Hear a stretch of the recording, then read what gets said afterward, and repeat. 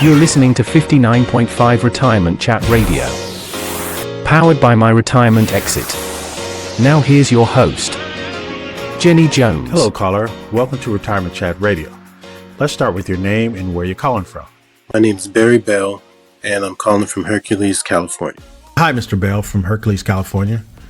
Okay, what is the purpose of your call today? My question is anybody really making any money off investments like cryptocurrency and Bitcoin? And if so, what's the best method of getting started with that? Okay. It's a good question, Mr. Bell. Okay, it's the old crypto question. Wow. Okay, I must start with my disclaimer with this.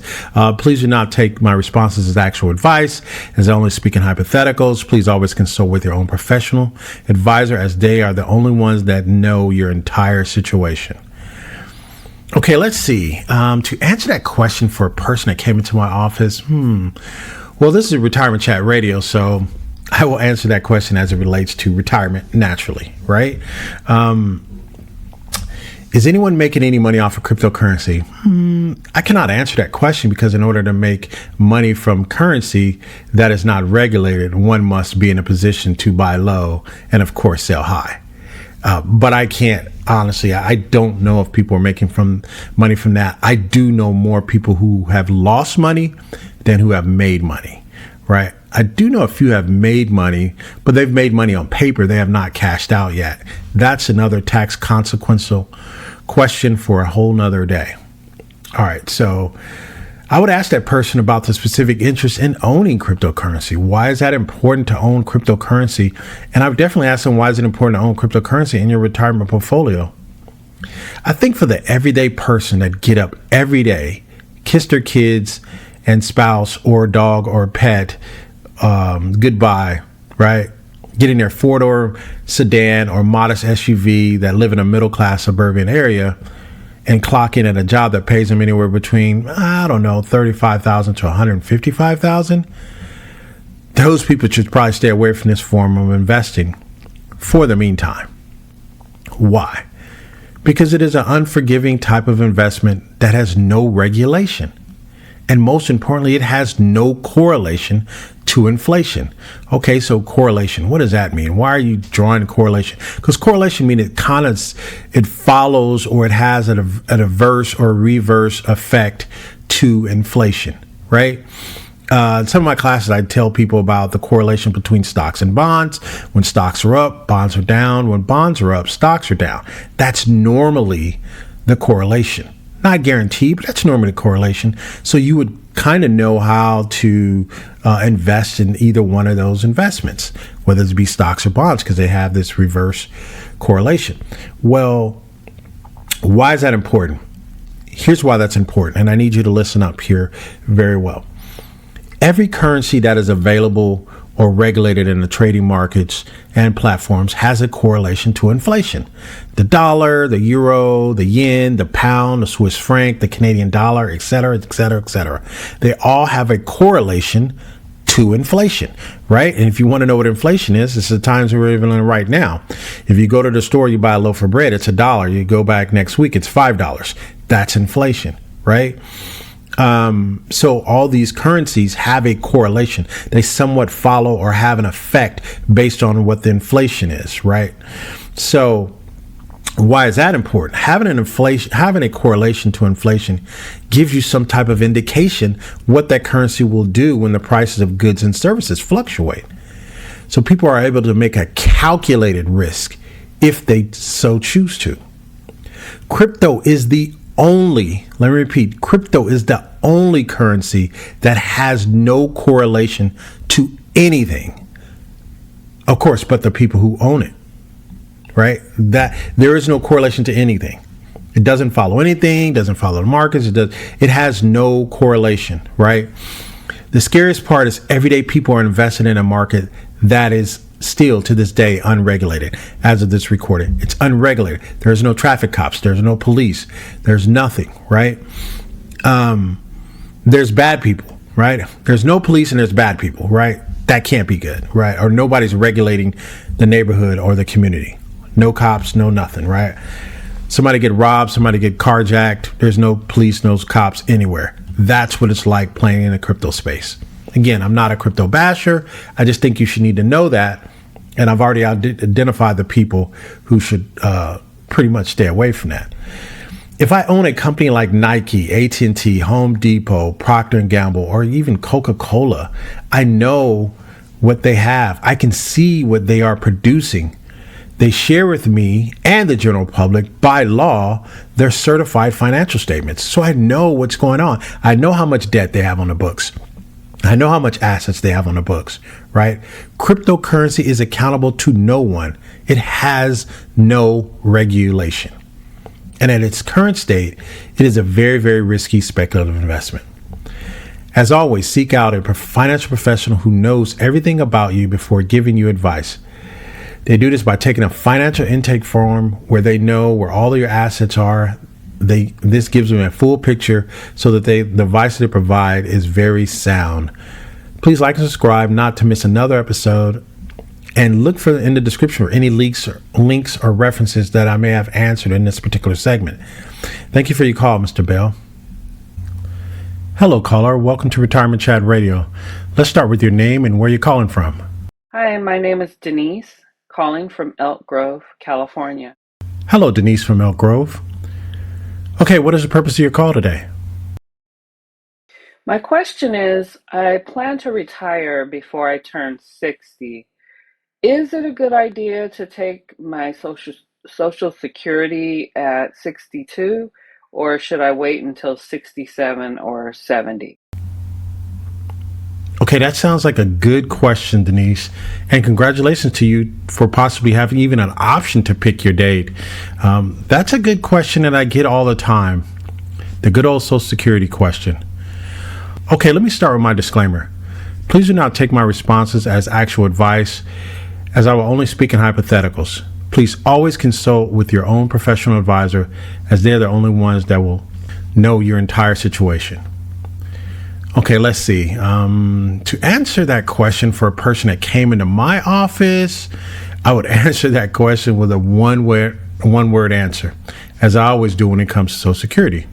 That depends, right? And you say, well, I didn't just call in for him to say that depends. Well, I know that is not exactly the answer to the question, but one can tell you the right answer because on the surface, it depends on at least 4 additional questions that must be answered to even go into a discussion about Social Security. For the sake of time, I'll probably ask them to answer at least 2 of those following questions. So here we go. The first question I would say is, how's your health? How are you feeling? How's your family health, right? Do you have a grandmother still living? Do you have a grandfather still living? Is your mother still living, right? You don't have any medical conditions that form in your family. You have a pretty long life. It's a pretty good chance that you will probably live a longer life if you've even made to that age, even to your mid-50s. Okay, that's just a surface question, right? And no one really knows how long you'll be on this earth. Okay, so that's the first question. And I asked that question for a reason. The second question I would ask him is, can you afford to pull from any of your other buckets, starting, with the first month of your retirement? Like, say you want to retire in June, right? Starting in July, can you go without having to have Social Security? As a matter of fact, can you go several months, right, without even having to pull from Social Security? You don't want to pull from Social Security just to pull or start just because. I want to take this opportunity to let you know that I'm in the process of finishing up yet another book that will cover this in more detail. So make sure you hit that subscribe button and the bell, and to continue to listen to the station, or log on to retirementplanning.tools, right? You're going to probably find a little bit more information there, and there's a lot more tools that we can help you out with. Okay, so why did I ask them to answer these first 2 questions? Well, if you are healthy and do not have any reasons to retire. Some people have to retire because of health reasons, right? And as I spoke before, you have a good opportunity to live to your life expectancy, right? Which is, for women, it's a little bit longer than men. well into the 80s, or maybe mid 80s or early 80s, right? Or mid 80s, right? Although it's not guaranteed, right? We will leave this earth sooner or later, but hopefully later, right? And so if you take your benefit too early, then you lock in at a lower rate unnecessarily, right? And what do I mean by that? I mean, as I mentioned in all of my workshops and seminars, you have never retired before, so you don't even know what that looks like. You can't rush and say, hey, let me turn on the Social Security faucet, right? You have no idea what your first 3 months of retirement you don't have no idea how it even look. You are unsure of any adjustments you'll even have to make. You may learn that you could possibly hold out for another few years. That person stated that they had planned to retire before 60 or at 60. So as of this recording, that would make their full retirement age. If they are at 60, or if they're able to retire at 60, then calculating the age and adding it up, they would be able, their full retirement age would probably be around 67. That's the full retirement age, right? That's when you're really considered by Social Security to be retired, right? From age 60 to 67, get this, if that person retired at 60, if they wait at least until they're 67, that's an increase of almost 45 to 50%, right? So they can make a whole nother 45 to 50% in a 7-year window, right? I'm just giving you an example of how much it changes the longer you delay it, right? A lot of people say, oh, should I delay? Should I not delay? It, like I said, it really depends. So again, if you are healthy, then it may be advisable to wait as long as you possibly can. There are about 4 or 5 other factors that should be considered as well. But that is one that I can say with certainty should be at the top of the list. All right. Now, trust me, working with clients for as long as I have, that I can tell you, I have seen and heard many stories about how they have had to go back to work unexpectedly because of a death of a spouse or some other change. Right. And so let's say both you and your spouse retire, right? Let's just say you both retire and you're both drawing Social Security. Well, when the other spouse passes away, you no longer get that your other spouse's check. You no longer get that. So that's a change in monthly income, right? And so those are things you have to consider, right? Once you turn that Social Security faucet on, you are locked in and the clock starts at that set amount. Never to go up outside of, of course, the normal COLA or the cost of living adjustments. They give you these cost of living adjustments, but they never seem to cover the 35% increase in gas or energy costs. Living in California, I can attest to that. Okay, so going back to work after drawing Social Security is a situation, it's the worst position to be in. Getting locked in at that low rate should be avoided if possible. The way, once it turns out, is you'll be getting a raise once you do turn it on, right? So if you've went without 4 or 5 years without turning it on, once you turn it on, that's just like getting a raise. Or it's just getting like a big promotion, right? Once you turn it on, because you'll be getting more of what you should have been getting had you turned it on earlier. And it's a nice pop to your monthly income. Right. So that'll change some things in your household. OK, so it depends on your age. Right. And we said that. Right. And, it depends on if you can pull from any other buckets. Right. If you have a 401k, a pension or something else, go ahead and pull those. I'm sure you've done a calculation, or I'm sure you've gotten with My Retirement Exit and they were able to do a retirement planning report card for you. You're able to find that out. OK, So again, going back to work, I wanted to stress out as well.